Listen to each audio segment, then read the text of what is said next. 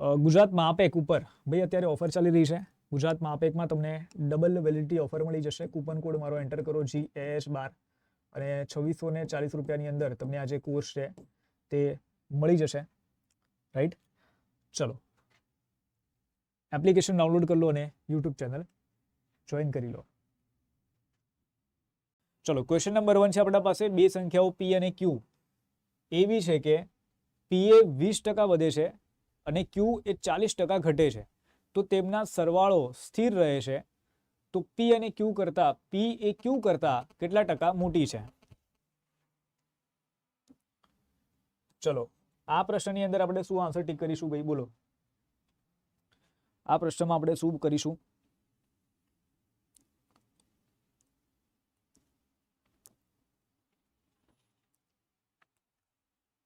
ભાઈ વિડીયોને લાઈક કરી દો યાર બધા. કેમ વિડીયોને લાઈક નથી કર્યો? વિડીયો લાઈક કરી દો યાર.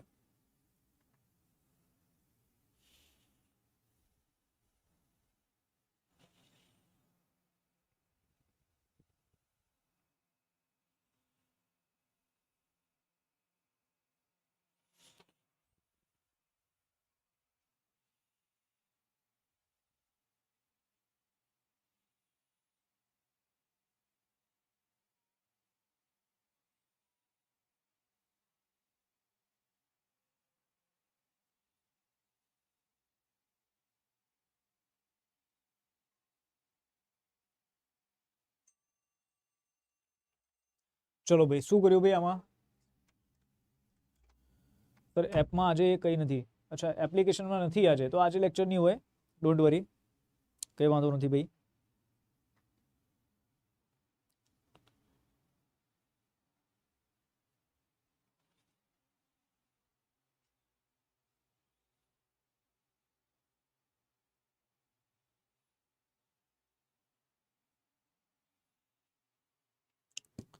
ચલો હવે બે સંખ્યાઓ P અને Q એવી છે કે જો P એ 20% વધે અને Q એ 40% ઘટે તો તેમનો સરવાળો સ્થિર રહે છે. બરાબર, સરવાળો સ્થિર રહે છે ભાઈ, આનો મતલબ શું થાય? સમજી લો કે P વત્તા Q આપણે કરીએ, રાઈટ, ઇઝ ઇક્વલ ટુ આપણે P એ 20% વધારીએ છે તો P ગુણ્યા 120 ભાગ્યા 100 અને Q એ 40% આપણે ઘટાડીએ, 40% ઘટાડવાનો મતલબ થયો 60 ભાગ્યા 100. રાઈટ, તો અહીંયા આ જે કિંમત છે ઇઝ ઇક્વલ ટુ રહે છે. આવું આપણને કહી રહ્યા છે આ લોકો. તો P એ Q કરતા કેટલા ટકા મોટી છે એવો પ્રશ્ન તમને અહીંયા કરવામાં આવ્યો છે. બરાબર, ક્વેશ્ચન સારો છે ભાઈ, લેવલ સારું છે આનું. ઘણા બધા વિદ્યાર્થી મિત્રોને આના અંદર તકલીફ પડશે. પહેલા તો જે પહેલી લાઈન છે એ સમજવાની અંદર જ તકલીફ પડી જશે આપણને કે ભાઈ આ કેવા શું માંગે છે. રાઈટ, ચલો આગળ વધીએ આપણે. એક સેકન્ડ ખાલી.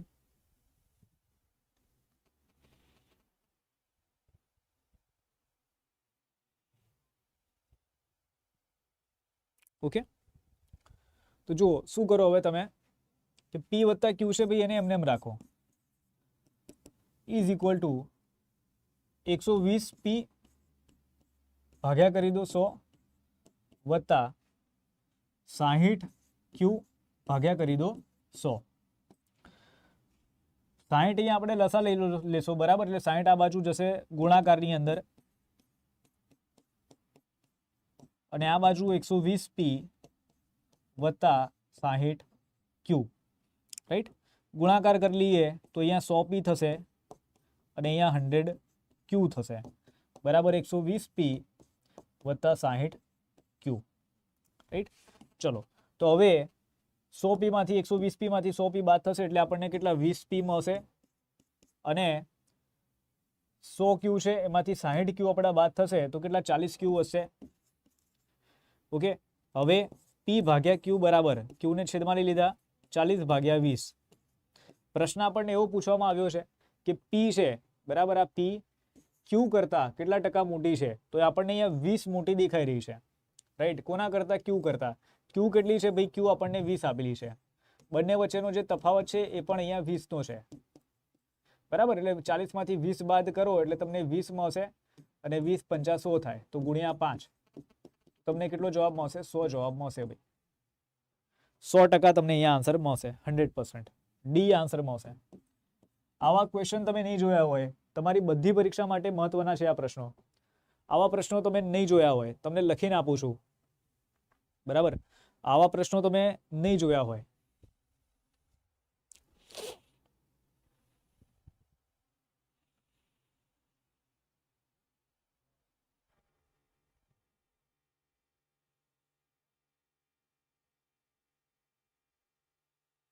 રાઈટ, ચલો.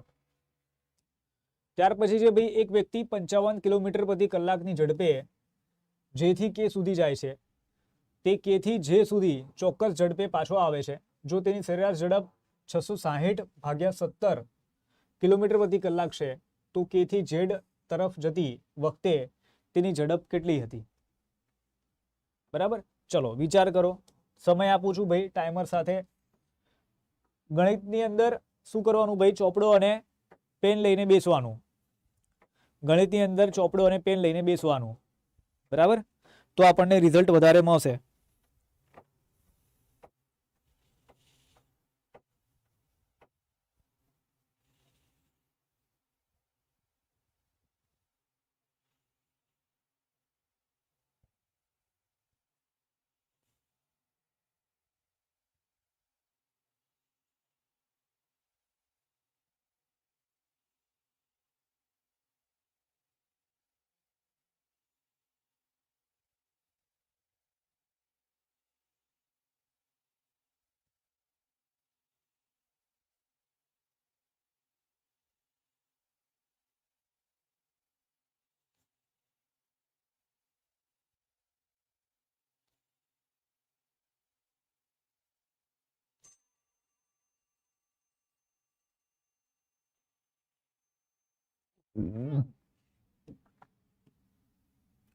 એક વ્યક્તિ 55 કિલોમીટર પ્રતિ કલાકની ઝડપે જેથી કે સુધી જાય છે, બરાબર? પહેલા તો આપણને અહીંયા વાત કરી ભાઈ.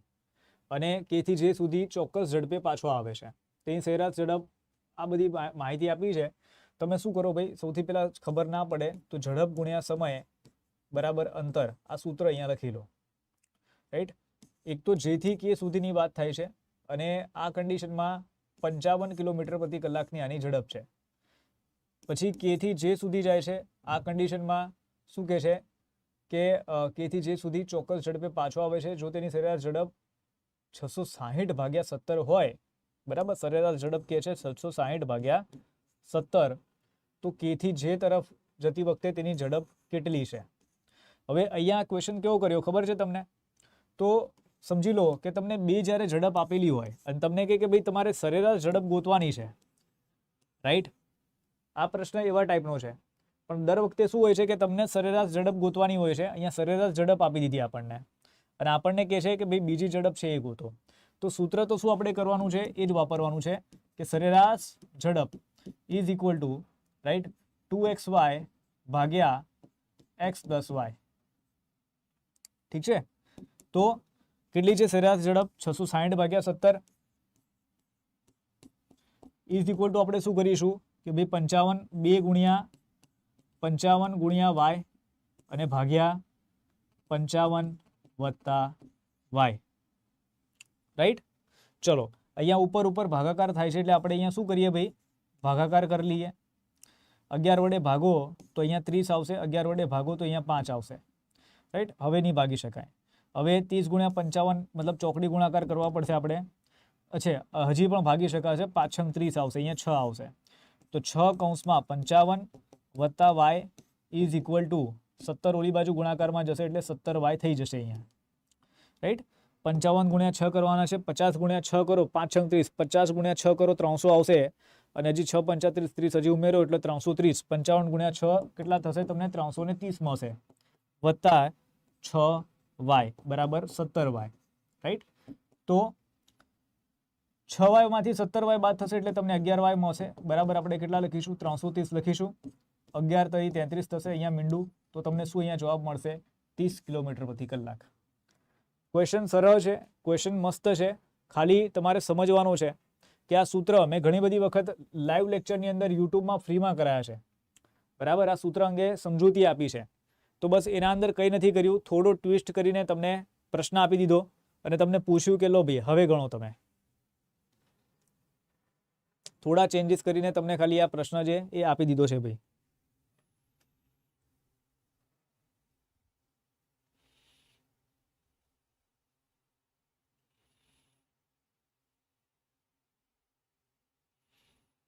ઠીક છે, ચલો આગળ વધીએ આપણે બીજા ક્વેશ્ચન તરફ.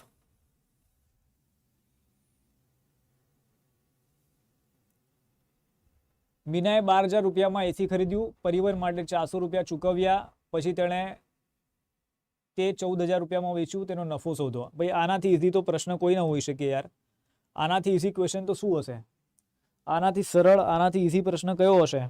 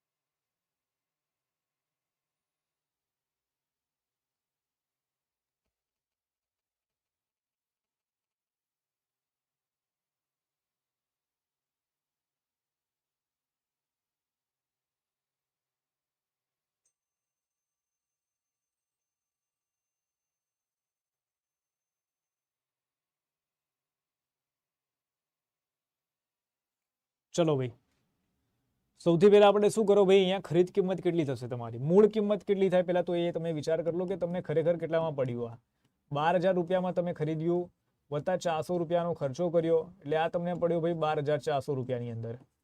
બરાબર, વેચાણ કિંમત કેટલી છે ભાઈ? 14,000. વેચાણ કિંમત છે ભાઈ આપણા પાસે 14,000 રૂપિયા. તો ફાયદો કેટલો થયો ભાઈ? તો ફાયદો થયો 100 રૂપિયાનો.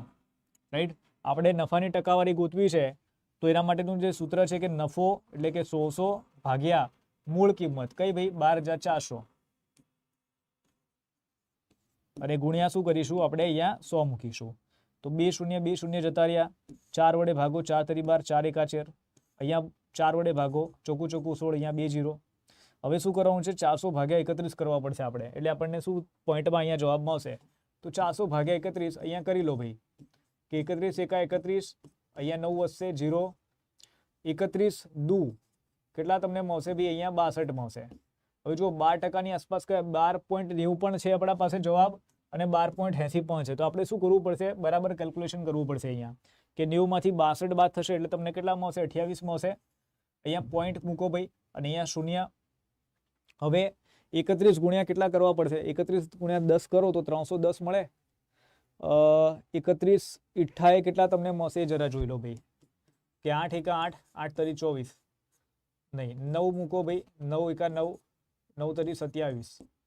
રાઈટ, ચલો તો 31 9 તમને મળશે ભાઈ 279. મતલબ ફાઇનલ થઈ ગયું કે પોઈન્ટ પછી 9 આવે છે.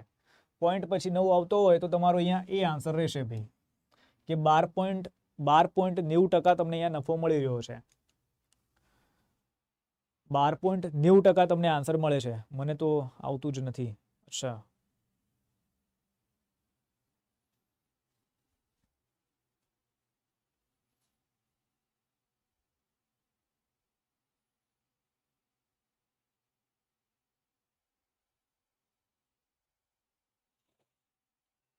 રાઈટ, ચલો ત્યારબાદ બીજો આપણે પ્રશ્ન જોઈએ કે 18 સેન્ટીમીટર લંબાઈના એક લંબચોરસનું ક્ષેત્રફળ 12 સેન્ટીમીટર બાજુના એક ચોરસના ક્ષેત્રફળ જેટલું છે. તો લંબચોરસની પરિમિતિ જણાવો. લંબચોરસની પરિમિતિ જણાવો. Good morning sir. શું અજ્જુભાઈ? ગુડ મોર્નિંગ ભાઈ.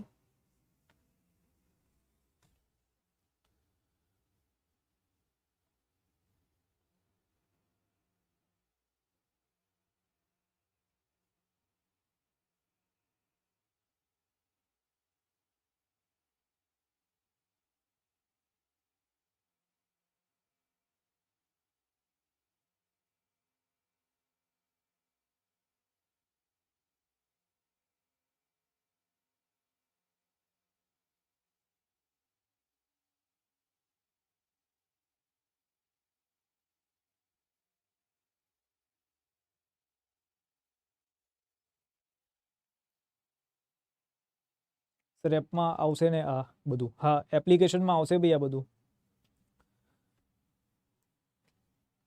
પેડ ક્લાસની અંદર પણ આપણે બરાબર આ બધું ભણાવવાના છીએ, બેઝિકથી એડવાન્સ સુધી. તો જેને પણ કોર્સ લેવો હોય લઈ લેજો ભાઈ.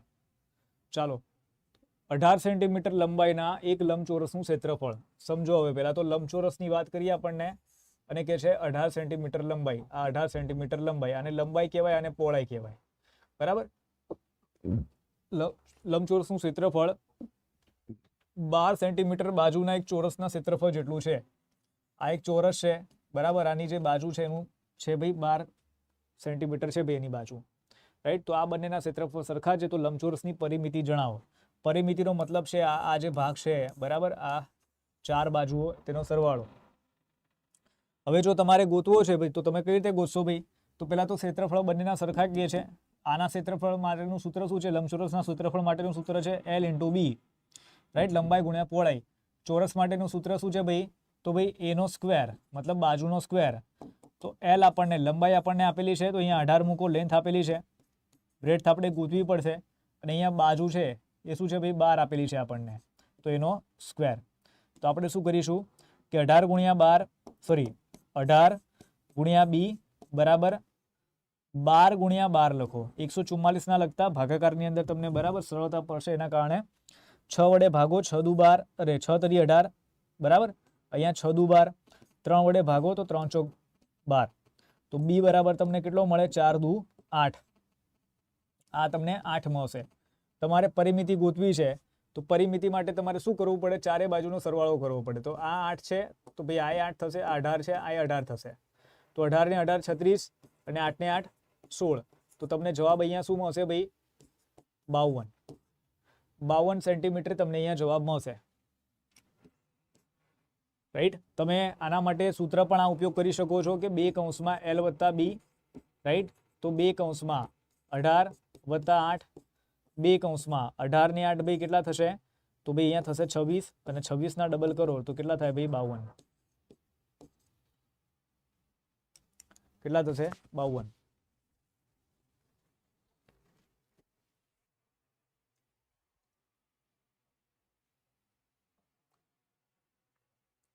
ચલો, ત્યાર પછીનો આપણે પ્રશ્ન જોઈએ.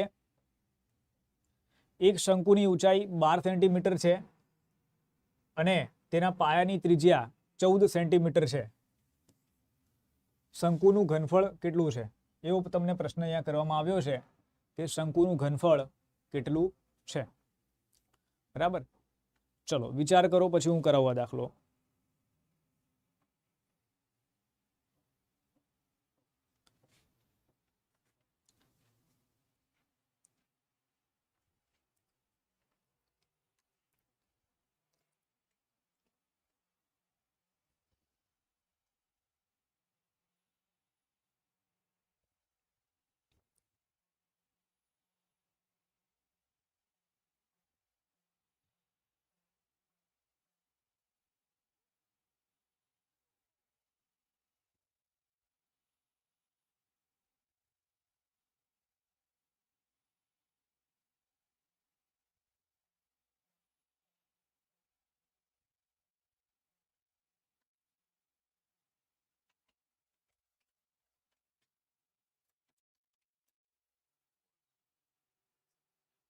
વોટ્સઅપ કરું કોડ.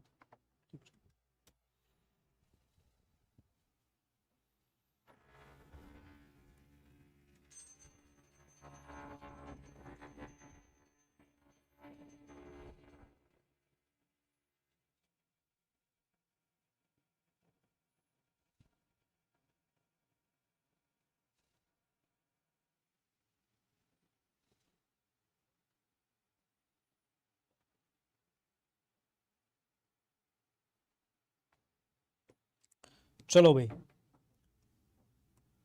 સર આમાં કંઈ આવડતું જ નથી ભાઈ. ક્યાંથી આવડશે ભાઈ? બરાબર. અહીંયા જે હું કરાવી રહ્યો છું પ્રશ્નો તમને, તો બધા પરીક્ષામાં પૂછાઈ શકે એવા પ્રશ્નો છે. આર્મીની અંદર જવાનું છે યાર, પ્રશ્નો એવા તો હશે નહીં કે ભાઈ પપલું જેવા તો ક્વેશ્ચન હશે નહીં. ચલો, શંકુની વાત કરે છે, બરાબર. શંકુ કેવો હોય? જુઓ, આવો શંકુ હોય ભાઈ, બરાબર. આ તમારો થઈ ગયો ભાઈ શંકુ, ઠીક છે. આની ઊંચાઈની વાત કરે છે, આને આપણે ઊંચાઈ કહીએ. આ ઊંચાઈ છે 12 સેન્ટીમીટરની. હવે પાયાની જે ત્રિજ્યા એ 14 સેન્ટીમીટર છે. ત્રિજ્યા કોને કહેવાય? તો આટલો જે ભાગ છે એને ત્રિજ્યા કહીશું આપણે. આ છે 14 સેન્ટીમીટર. શંકુનું ઘનફળ કેટલું થાય? હવે શંકુનું ઘનફળ જો આપણે ગોતવું હોય તો તેના માટે શું કરવું પડે ભાઈ? આપણને સૂત્ર ખબર હોવું જોઈએ, રાઈટ?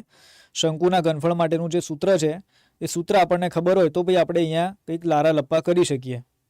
તો ઘનફળ માટેનું સૂત્ર શું છે ભાઈ આનું? તો આનું સૂત્ર છે ભાઈ 1/3 પાઈ આર ઘન અને એચ, સોરી પાઈ આર સ્ક્વેર.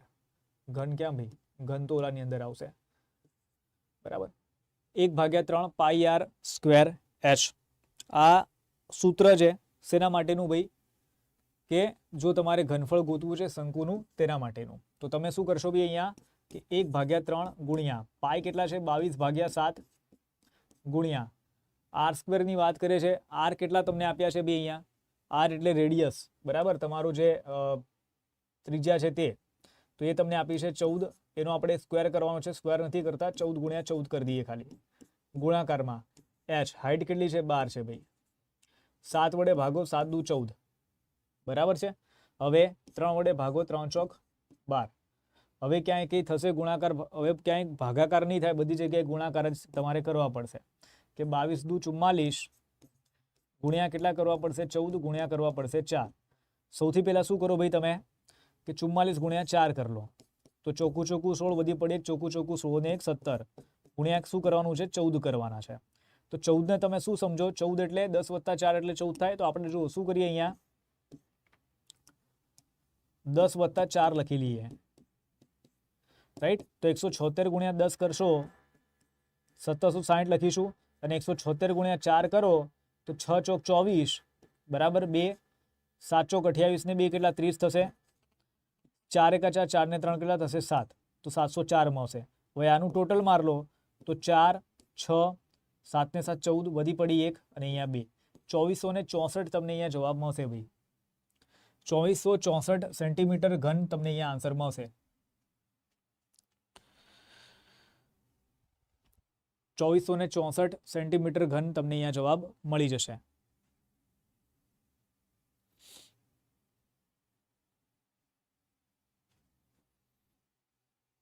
એ આન્સર આપણે અહીંયા ટીક કરી દઈશું ભાઈ. એ જવાબ આપણે અહીંયા મૂકી દઈશું.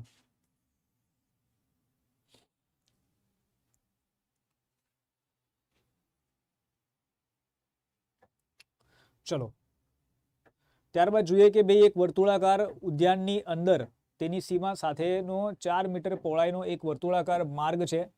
જો ઉદ્યાનની ત્રિજ્યા 16 મીટર છે તો માર્ગનું ક્ષેત્રફળ જણાવો. ચલો ભાઈ શું કરશું ભાઈ આપણે અહીંયા?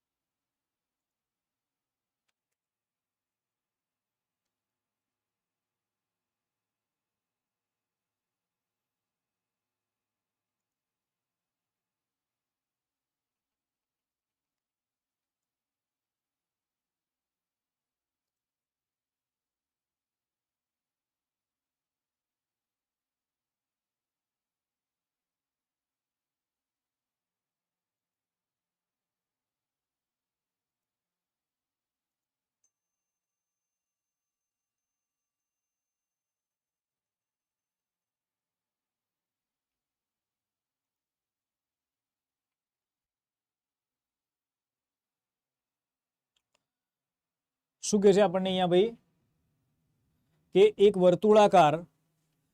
વર્તુળાકાર ઉદ્યાનની અંદર, વર્તુળાકાર ઉદ્યાન ભાઈ આ વર્તુળ આને કહેવાય, બરાબર છે?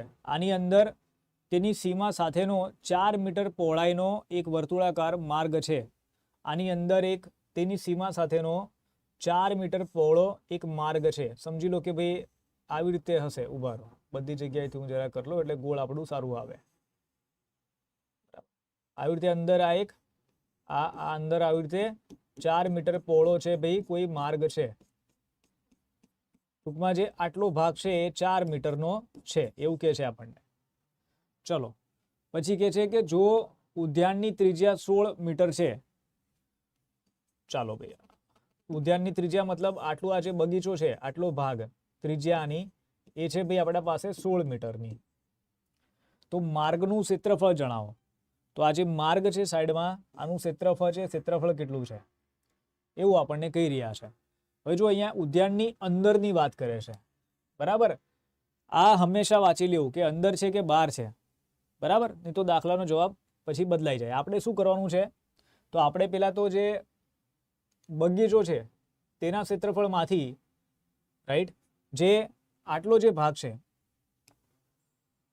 કે જે આટલો ભાગ છે, બરાબર, આ જે આખો ભાગ છે તેનું ક્ષેત્રફળ બાદ કરી દેવાનું, રાઈટ. તો આ ભાગ છે તમને 16 આપી દીધો, 16 ત્રિજ્યા છે, તો ખાલી આટલા ભાગની ત્રિજ્યા કેટલી હશે, તો આટલો ભાગ ભાઈ તમને 16 - 4 એટલે કેટલા મળશે ભાઈ 12 મીટર. ઓકે, પછી તમે શું કરો, સૂત્રનો ઉપયોગ કરી લો કે ભાઈ pi r square minus pi r square 2, બરાબર, pi r square 1 minus pi r square 2, pi common લઈ લો તો તમે એક તો 16 નો સ્ક્વેર માઇનસ 12 નો સ્ક્વેર અહીંયા કરી લો યાર કે ભાઈ પાઈ કૌંસમાં 16 નો તમે સ્ક્વેર કરશો કેટલો થાય 256 થશે, ઠીક છે, માઇનસ 12 નો તમારે વર્ગ કરવાનો છે કેટલો આવે ભાઈ 144. તો પાઈ એટલે હવે લખી લઈએ ભાઈ આપણે 22/7 લખી લઈએ અને 256 માંથી 144 બાદ કરવાના છે તો આપણને કેટલા મળશે 112. હવે 112/7 કરીને જોઈએ કે થાય છે કે નહીં થતા, તો 112/7 અહીંયા નહીં થાય, જોઈ લઈએ, ઉભા રહો કે ભાઈ 7 × 7 વધ્યા 4, રાઈટ, 7 × 6 = 42, ચલો થઈ જાય છે 22 × 16 આવી જાય છે, બરાબર. અચ્છા, અહીંયા એક ખાસ વાત કે આપણને પાઈ 3.14 લેવાનું કીધો છે, બરાબર. આ દાખલાની ખાસ વાત કે પાઈ આપણે 3.14 લેવાનો કીધો છે. મતલબ શું થયો કે આપણે અહીંયા પાઈની 22/7 ની કિંમત નહીં લખી શકીએ, તમારે કાયદેસર અહીંયા 3.14 લખીને પછી બાદબાકી આપણે કેટલી કરી હતી, અહીંયા 112 કરી હતી, તો આના સાથે ગુણાકાર કરવો પડશે ભાઈ, આના સાથે ગુણાકાર કરવો પડશે, 3.14 × 112. ઓકે, તો જુઓ હવે ગુણાકાર જે કરવો છે તો તમે શું કરો ભાઈ, પોઈન્ટ છે તો ભાગ્યા તમે અહીંયા 100 કરી લો અને 314 સાથે 112 નો ગુણાકાર કરો. હવે 314 સાથે 112 નો ગુણાકાર કરવો છે, કઈ રીતે ગુણાકાર થશે જરા જોઈ લેજો કે 314 છે અને આપણને કહી રહ્યા છે ભાઈ 112. 112 નો મતલબ શું થયો ભાઈ કે 100 + 10 + 2 એટલે કેટલા થાય ભાઈ 112 થાય.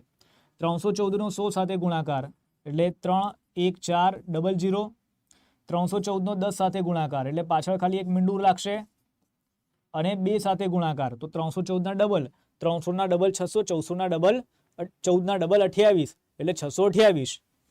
628 આપણે અહીંયા મૂકી દઈએ તો ભાઈ 8, 4 ને 2 કેટલા થશે ભાઈ 6, રાઈટ. ત્યારબાદ 6 ને 4 10 ને 1 11, વધી પડી 1, ઓકે, 3 ને 1 4, 4 ને 1 5 અને 3, તો 351.68 આપણને જવાબ મળશે, અહીંયા સી આન્સર મળશે. 351.68 એટલે કે ભાઈ સી આન્સર તમને મળશે. ખાસ તો આ દાખલાની અંદર સમજવાનું કે 314 ગુણ્યા તમે 112 કર્યા, આ તમે કઈ રીતે કર્યા, બરાબર છે, એ છે ભાઈ, એ સમજવાનું છે આ દાખલાની અંદર કે કઈ રીતે તમે તમારા મગજનો ઉપયોગ કરીને અહીંયા ગુણાકાર કર્યો. 351.68 મીટર સ્ક્વેર તમને જવાબ મળશે.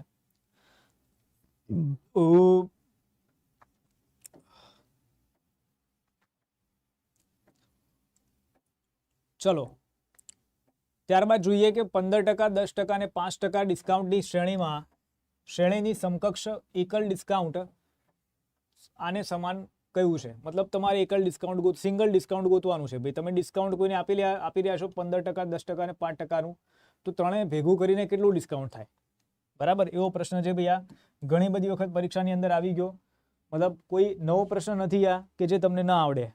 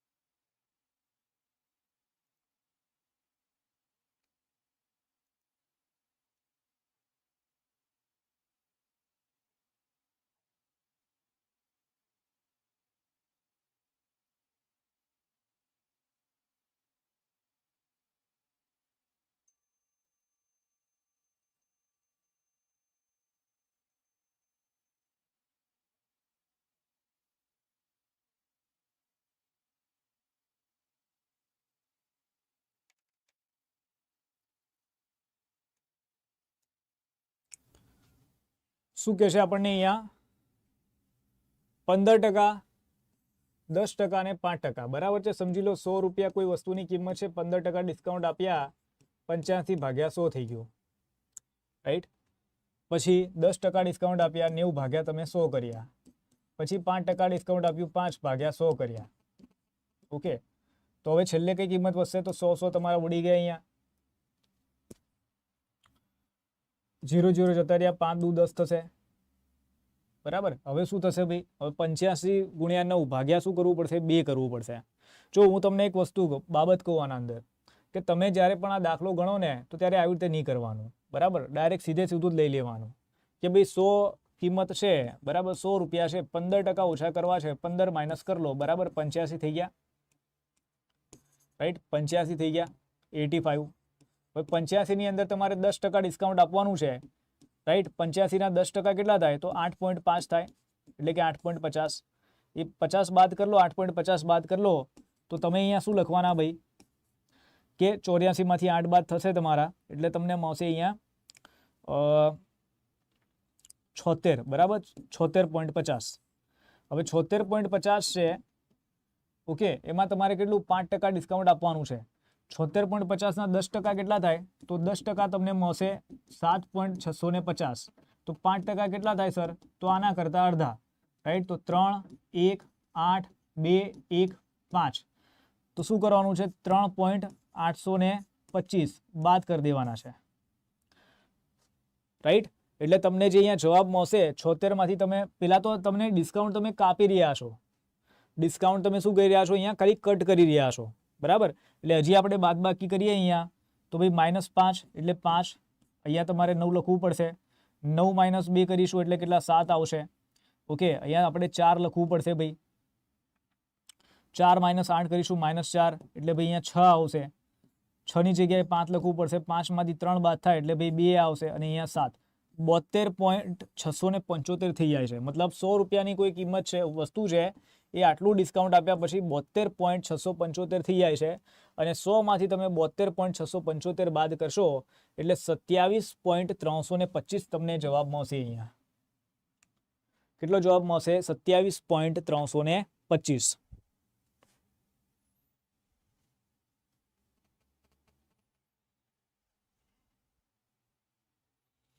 આ રીતે આપણે આ દાખલાને ગણીશું.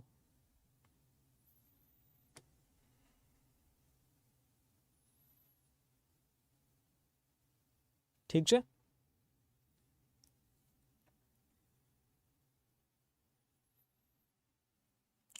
ચલો,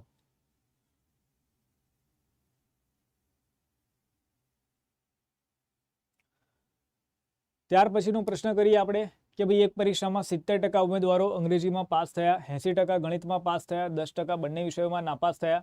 જો 144 ઉમેદવારો બંનેમાં પાસ થયા તો કુલ ઉમેદવારોની સંખ્યા કેટલી હતી? હાલો ભાઈ, શું આન્સર આવશે ભાઈ આની અંદર? ચલો, अपन को जवाब चाहिए भाई अभी. हे राम, हे प्रभु परमेश्वर.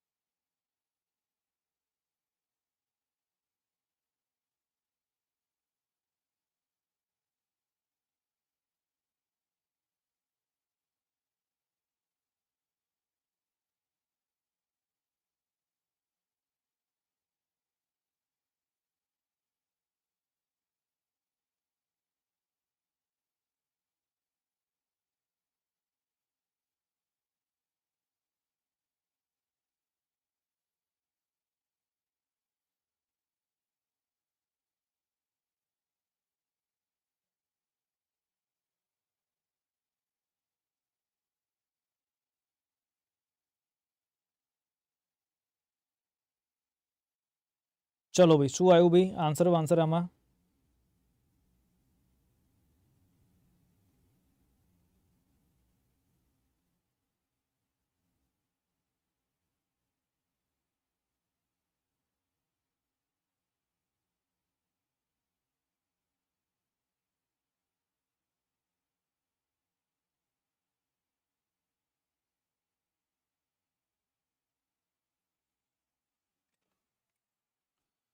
જુઓ ભાઈ, કે છે એક પરીક્ષામાં 70% ઉમેદવારો અંગ્રેજીમાં પાસ થાય છે, 80% ગણિતમાં પાસ થાય છે, 10% બંને વિષયમાં નાપાસ થયા. જો 144 ઉમેદવારો બંનેમાં પાસ થયા હોય તો કુલ ઉમેદવાર બે ગણિતની જો કેટલા વિષયની વાત થાય છે? બે વિષયની વાત થાય છે, એક અંગ્રેજી છે અને એક ગણિત છે. પહેલા તો આ બાબત સમજો. ચલો ભાઈ, આ અંગ્રેજી અને આ ગણિત, બરાબર. આ દાખલો ગણવાની સરળ રીત અંગ્રેજી અને ભાઈ ગણિત સાહેબ, બરાબર. કે છે 70% ઉમેદવારો અંગ્રેજીમાં પાસ થયા. ભાઈ ઠીક છે ભાઈ, ચલો 70% અંગ્રેજીમાં પાસ થયા છે, 80% ગણિતમાં પાસ થયા. ઠીક છે ભાઈ, 80% ગણિતમાં પાસ થયા. 10% બંને વિષયમાં નાપાસ થાય છે. ચલો હજી એક આપણા પાસે કેટેગરી છે કે જે નાપાસ થાય છે, એ છે ભાઈ 10%. ઠીક છે ભાઈ, જો 144 ઉમેદવારો બંનેમાં પાસ થયા તો કુલ ઉમેદવારોની સંખ્યા કેટલી હતી? રાઈટ. તો મતલબ બંને વિષયમાં પાસ થયા તેના અંગે આપણા પાસે કોઈ અહીંયા ઇન્ફોર્મેશન છે નહીં, બરાબર. બંને વિષયમાં જે વિદ્યાર્થી મિત્ર પાસ થયા હોય તેના અંગે આપણા પાસે અહીંયા કોઈ પણ માહિતી છે નહીં. આપણને પ્રશ્ન છે બંનેમાં પાસ થયા તો કુલ ઉમેદવારોની સંખ્યા કેટલી હતી ભાઈ?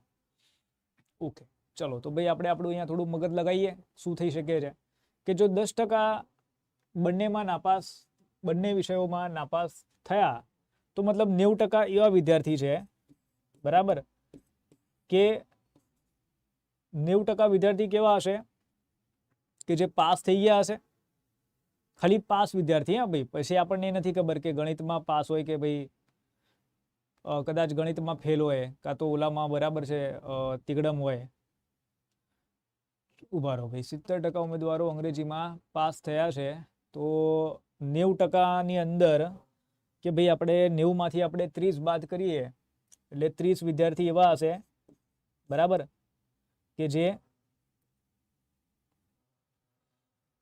ઉભા રહો ભાઈ, કન્ફ્યુઝન થાય છે અહીંયા, કન્ફ્યુઝન થાય છે. ઉભા રહો, વેટ અ મિનિટ, વિચાર કરીએ થોડો, રાઈટ. જ્યારે પણ થાય લાગે કે ભાઈ કંઈક લોચા થઈ રહ્યા છે, થોડો વિચાર કરી લેવો. શું કહે છે આપણને અહીંયા ભાઈ આ લોકો?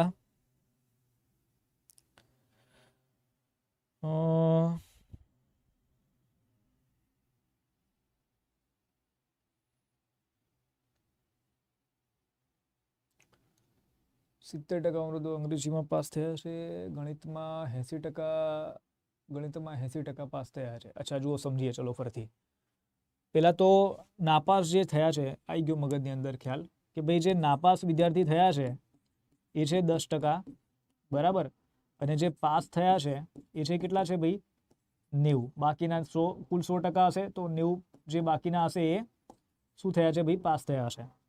આ પાસ થયેલા વિદ્યાર્થીમાંથી ગણિતની આપણે વાત કરીએ તો ગણિતના 80 વિદ્યાર્થી પાસ થયા છે, 80% વિદ્યાર્થી, 90%, કુલ 90% છે પાસ થયેલામાંથી. તો 10% એવા વિદ્યાર્થી છે કે જે ફેલ થયા છે,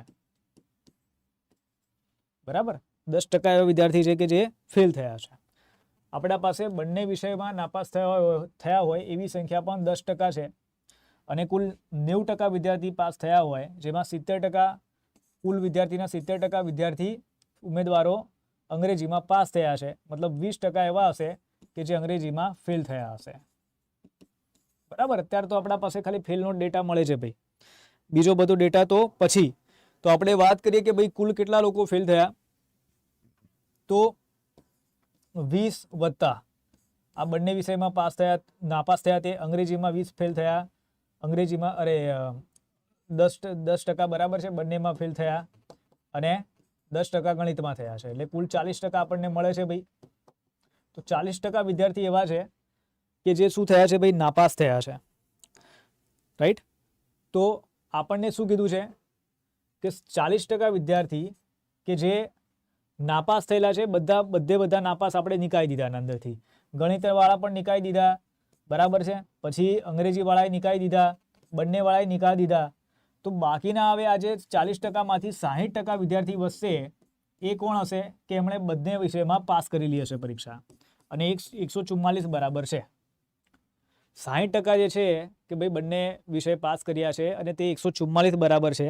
તો 60 જો 144 મળતા હોય તો 100 આપણને કેટલા મળશે? તો 100 ગુણ્યા 144 ભાગ્યા શું કરો? 60 કરી લો, 0 જતા રહ્યા, 6 દુ 12, 2 6 ચોક 24, અને સોરી 6 ચોક 24 એટલે અહીંયા 24 આવશે ને 24, અને 24 ગુણ્યા 10 કરશો એટલે 240 તમને જવાબ મળશે. 240 તમને અહીંયા આન્સર મળશે.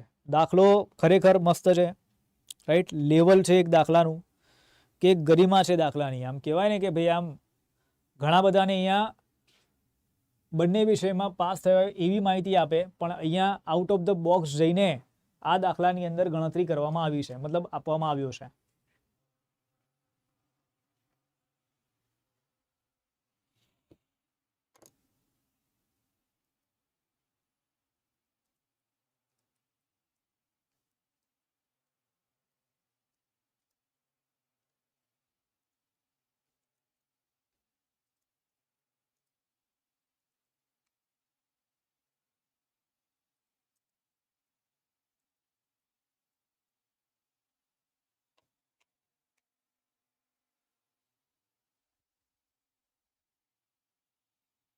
ચલો જલ. એક નળાકારના પાયાનું પરિઘ 22 સેન્ટીમીટર હોય અને તેની ઊંચાઈ તેની ત્રિજ્યા કરતાં 4 ગણી હોય તો તેની બાજુની સપાટીનું ક્ષેત્રફળ કેટલું છે? અચ્છા ચલો આ જરા ગણ લઈએ આપણે શું છે. અરે હું જ હવે ડાયરેક્ટ ફટાફટ બરાબર પતાવી દઉં છું.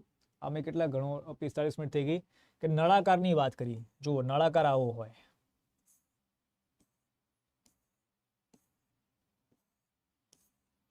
બરાબર. પાયાનો પરિઘ 22 સેન્ટીમીટર હોય. પરિઘ મતલબ કે આખું જે આ સર્કલ છે એની વાત કરી રહ્યા છે. કેટલું છે ભાઈ? 22 સેન્ટીમીટર. ઓકે. ઊંચાઈ તેની ત્રિજ્યા કરતાં 4 ગણી છે. સમજી લો કે પરિઘ માટેનું સૂત્ર છે એ છે 2πr, અને એ કેટલું છે ભાઈ? 22 છે. તો 22 ભાગ્યા 2 કરો એટલે અહીંયા 11 આવશે. પાઈની વેલ્યુ કેટલી? 22 ભાગ્યા 7, રાઈટ, ગુણ્યા આર બરાબર 11. 11 દુ 22 થાય એટલે આર બરાબર તમને 7 ભાગ્યા 2 મળે, એટલે કેટલા મળે ભાઈ? 3.5. બરાબર છે. જે ત્રિજ્યા તમને જે મળે છે એ મળે છે તમને 3.5. તમને કહે છે કે તેની જે ઊંચાઈ છે, આ હાઈટ છે આની, એ ત્રિજ્યા કરતાં 4 ગણી છે. તો આપણે શું કરવું પડશે? 4 ગુણ્યા 3.5 કરવા પડશે. 3.5 ના ડબલ કરો 7 થાય, 7 ના ડબલ કરો 14 થાય. તો હાઈટ કેટલી છે ભાઈ? 14 બરાબર સેન્ટીમીટરની છે. તો પ્રશ્ન એવો છે કે તો તેની બાજુની સપાટીનું ક્ષેત્રફળ કેટલું છે? તો તેની બાજુની સપાટીનું ક્ષેત્રફળ કેટલું છે? હવે બાજુની સપાટીનું ક્ષેત્રફળનું સૂત્ર આપણને જો ખબર હોય તો આપણે અહીંયા જવાબ આપી શકીએ. બાજુની સપાટીનું ક્ષેત્રફળ જેનો મતલબ છે lateral surface area of cylinder, બરાબર. તો એના માટેનું જે સૂત્ર છે, બાજુની સપાટી માટેનું સૂત્ર છે કે 2πr, અને ગુણાકારમાં આપણે મૂકીશું અહીંયા h. તો 2 ગુણ્યા 22 ભાગ્યા 7 ગુણ્યા r. r કેટલું છે આપણા પાસે? 3.5 છે. તો હું પોઈન્ટ હટાવી દઉં છું અહીંયા. તો 35 ભાગ્યા 10 લખી દઉં, અને h કેટલો છે ભાઈ? 14 છે. 7 પંચા 35, 5 દુ 10, 14 ભાગ્યા 2 એટલે 7. 22 દુ 44 ગુણ્યા કેટલા ભાઈ? 7 કરવાના છે. 7 ચોક 28, 2 7 ચોક 28 ને 2 કેટલા થશે? 30 થશે. તો 308 સેન્ટીમીટર સ્ક્વેર તમને જવાબ મળશે.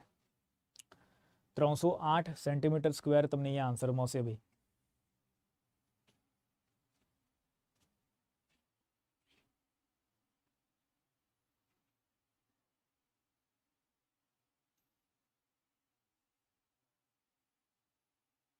રાઈટ.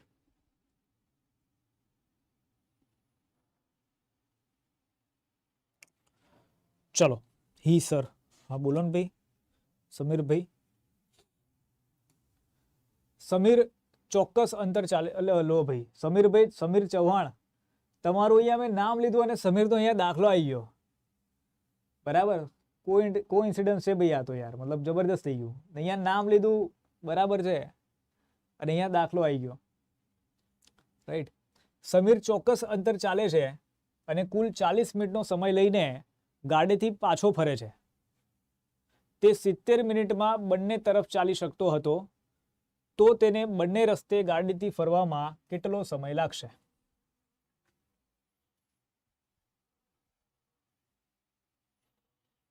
રાઈટ. હેડો ભાઈ, બાય બાય ચડાવવા દો ભાઈ. શું કહે છે કે ભાઈ સમીર ચોક્કસ અંતર ચાલે છે અને કુલ 40 મિનિટનો સમય લઈને ગાડીથી પાછું ફરે છે. તો સૌથી પહેલા તો હું કહેતો હોઉં કે તમે ઝડપ ગુણ્યા સમય બરાબર અંતર, બસ ખાલી આટલું લખો પહેલા તો, રાઈટ. કુલ કેટલું ભાઈ? 40 મિનિટનો સમય લઈને ગાડીથી પાછો, ચોક્કસ અંતર ચાલે છે અને કુલ 40 મિનિટનો સમય લઈને ગાડીથી પાછો ફરે છે. ઠીક છે ભાઈ. તે 70 મિનિટમાં બંને તરફ ચાલી શકતો હતો, તો બંને રસ્તે ગાડીથી ફરવામાં કેટલો સમય લાગશે? તો બંને રસ્તે ગાડીથી ફરવામાં કેટલો સમય લાગશે?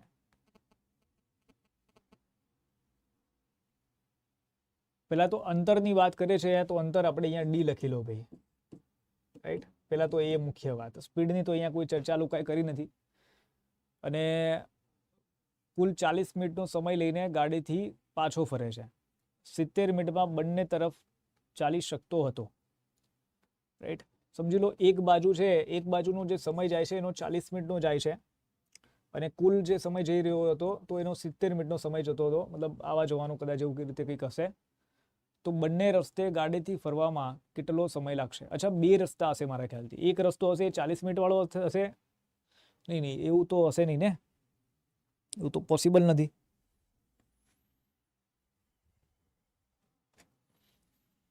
બારો સમજીએ. Sameer walks certain distance and rides back taking a total time of 40 minutes. અચ્છા, કુલ 40 મિનિટ જાય છે બંને રસ્તે જતા. He could walk both ways in 70 minutes. અચ્છા,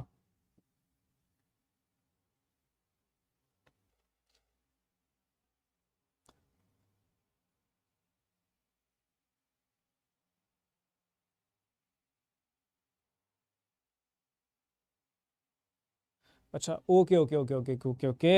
જો મેન, ચલો ગુજરાતની ગર્લ્સ SSC-GD માં ઓછી છે કોઈ. ચલો સમજીએ. અહીંયા જે એક શબ્દ વાપર્યો કે ચોક્કસ અંતર ચાલે છે, રાઈટ, અને કુલ 40 મિનિટનો સમય લઈને ગાડીથી પાછો ફરે છે. તો એ અમુક કિલોમીટર મતલબ એ ગયો, અંતર ચાલ્યો અને પછી ગાડીથી એ રિટર્નમાં આવ્યો.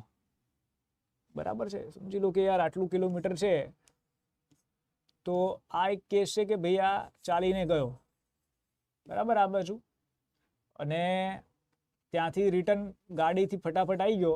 અહીંયા 40 મિનિટ એને લાગી ભાઈ, મતલબ ખાલી પાછી આવવાની મારા ખ્યાલથી 40 મિનિટ લાગી હશે.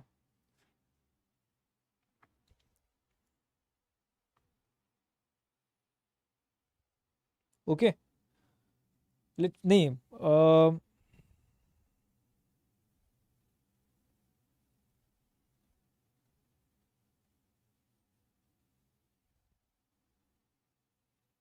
5 મિનિટ જવાબ, 5 મિનિટ કરતાં વધારેનો જવાબ. અચ્છા, ચલો સમજીએ, વાંધો નથી ભાઈ. અને બીજો કે છે કે તે 70 મિનિટમાં બંને તરફ ચાલી શકતો હતો. આ બંને રસ્તા છે, તો અહીંયાથી ગયો આ પાછો અને અહીંયાથી આમ પાછો આવ્યો, તો આના અંદર એને 70 મિનિટ લાગી રહ્યા છે, બરાબર. તો જતા એને 35 મિનિટ લાગ્યા હશે ને, જતા આવતા 35 મિનિટ લાગે છે ને, એવું આપણે કહી શકીએ અહીંયા કે જતા જ આવતા ખેલાડીને 35 મિનિટ લાગે છે.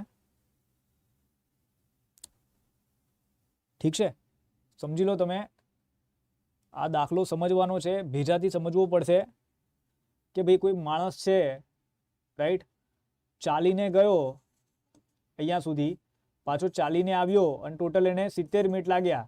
તો આટલું અંતર કાપતા એને કેટલા લાગ્યા ભાઈ? 35 મિનિટ ગયા. અહીંયા 35 મિનિટ ગઈ, અહીંયા 35 મિનિટ ગઈ, બરાબર છે, રાઈટ. અને અહીંયા શું થયું આ કેસની અંદર કે આ ખેલાડી ચાલતા ગયો, ચાલતા બરાબર આ બાજુ ગયો, પછી ગાડી લઈને અહીંયાથી ફટાફટ આવી ગયો. તો કુલ જે ટાઈમ લાગ્યો એ 40 મિનિટનો લાગ્યો, ટોટલ ટાઈમ 40 મિનિટ લાગ્યો. તો પ્રશ્ન એવો કરે છે કે બંને રસ્તે જો ગાડીથી જ ફરવામાં આવે કે ભાઈ આ જે રસ્તો છે કે અહીંયાથી ગાડી સુધી જાઓ, ફરીથી અહીંયાથી ગાડી સુધી આવો તો કેટલો સમય લાગે. તો સૌથી પહેલાં અહીંયા જુઓ તમે કે ચાલતો ચાલતો જાય છે અને ગાડીથી રિટર્ન આવે છે તો 40 મિનિટ લાગે છે. હવે 35 મિનિટ સમજી લો કે ચાલતા ચાલતા આપણને કહી રહ્યા છે કે લાગી રહ્યા છે. તો 40 મિનિટમાંથી 35 મિનિટ બાદ કરશો તમે ચાલવાની, આ ચાલવાની જે મિનિટ છે આ 35 મિનિટ છે. તો ગાડીની મિનિટ કેટલી છે? તો 40માંથી 35 મિનિટ બાદ કરો તો 5 મિનિટ લાગે છે ભાઈ. મતલબ અહીંયાથી આટલું જવું હોય તો 5 મિનિટ આ ભાઈને લાગે છે. તો ભાઈ અહીંયાથી આટલું આવવું હોય તો હજી કેટલી મિનિટ લાગશે? 5 મિનિટ લાગશે. તો કુલ કેટલી મિનિટ થઈ ભાઈ? 10 મિનિટ થઈ. કુલ કેટલી મિનિટ થઈ? 10 મિનિટ થઈ ભાઈ. મજબૂત દાખલો છે ભાઈ, રાઈટ. જો આ ચાલવાનું જે છે એને ધ્યાનમાં ના લે કોઈ માણસ તો મગજ તમારું ગાંડું થઈ જાય કે ભાઈ યાર આ તો હું પૂછ્યું આ લોકોએ, રાઈટ. દાખલો ખરેખર ખૂબ જ સરસ દાખલો છે આ.